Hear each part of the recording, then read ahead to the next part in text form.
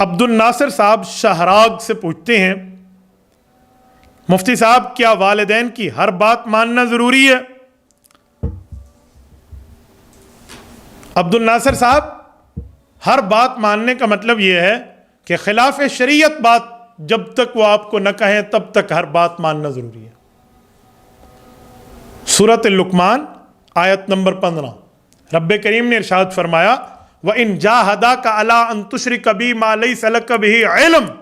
فَلَا تُطِعْهُمَا وَصَاحِبْهُمَا فِي الدُّنْيَا مَعْرُوفًا۔ اے میرے بندے، تجھے ماں باپ خلاف شریعت یعنی شرک وغیرہ کی بات کہہ دیں، شریعت کے خلاف بات کہہ دیں، یہ نہ ماننا،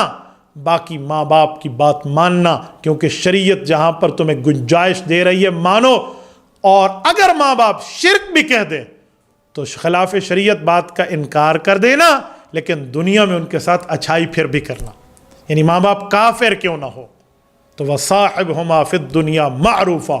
تم نے ان کی عزت احترام مقام میں کمی نہیں آنے دینی۔ باقی رہا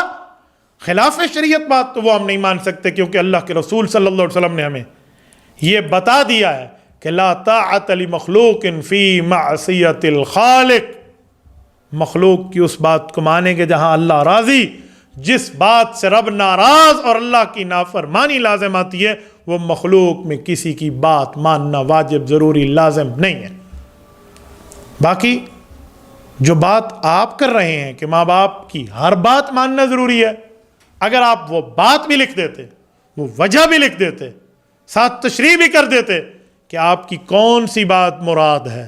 تو میں آپ کے اس مسئلے کو سمجھ بھی جاتا اور آپ کو سمجھا بھی دیتا، تاکہ آپ کے لیے بھی اور میرے لیے بھی آسانی ہو۔